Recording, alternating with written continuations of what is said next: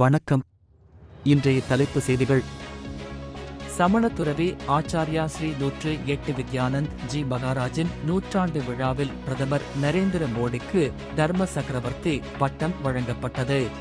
புதிய இருசக்கர வாகனம் வாங்குவோருக்கு வாகன உற்பத்தியாளர்கள் 2 ஹெல்மெட்டுகளை வழங்குவதை கட்டாயமாக்க மத்திய அரசு திட்டமிட்டுள்ளது.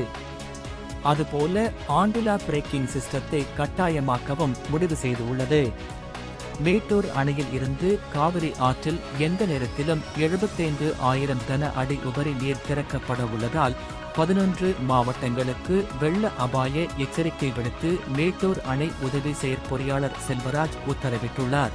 தமிழ்நாட்டுக்கான திட்டங்களை புறக்கணித்து, தமிழ் பண்பாட்டின் பெருமையை நிராகரித்து, தமிழ் மொழி வளர்ச்சிக்கு நிதி வழங்காமல் வஞ்சித்து, தமிழ்நாட்டு மக்களிடையே மதவாத பிரிவினையை உருவாக்க நினைப்பவர்களுக்கும் அவர்களுக்கு துணை போகிற துரோகிகளுக்கும் தமிழ்நாட்டில் இடமில்லை என்பதை மக்கள் உறுதி செய்யும் வகையில் ஓரணியில் தமிழ்நாடு முன்னெடுக்கப்படுகிறது என்று முதல்வர் ஸ்டாலின் கூறியுள்ளார். விருதுநகர் மாவட்டம் அருப்புக்கோட்டை வீரலட்சுமி நகரில் அஷ்டலிங்க ஆதிசேஷ செல்வ விநாயகர் மற்றும் அஷ்டபுஜ ஆதிசேஷவராகி அம்மன் கோயில் அமைந்துள்ளது. இதன் கும்பாபிஷேக விழா ஜூலை 2ஆம் தேதி நடைபெறவுள்ளது. இந்நிலையில் இக்கோயிலுக்கு இயந்திர யானை ஒன்றை நடிகை திரிஷா மற்றும் சென்னையைச் சேர்ந்த பீப்புள் ஃபார் கிட்டில் இன் இந்தியா என்ற தன்னார்வ அமைப்பினர் அன்பளிப்பாக வழங்கினர். இந்த இயந்திர யானைக்கு கஜா என பெயரிடப்பட்டுள்ளது.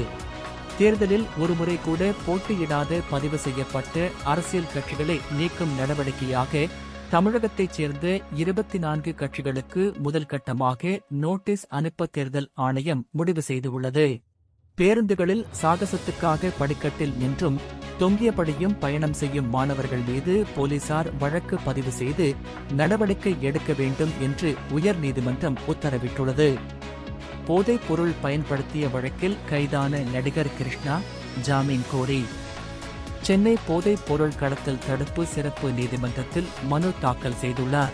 மேலும் விரிவான செய்திகளுக்கு அரசியல் ராஜ்யம் மின்னிதழை படியுங்கள்.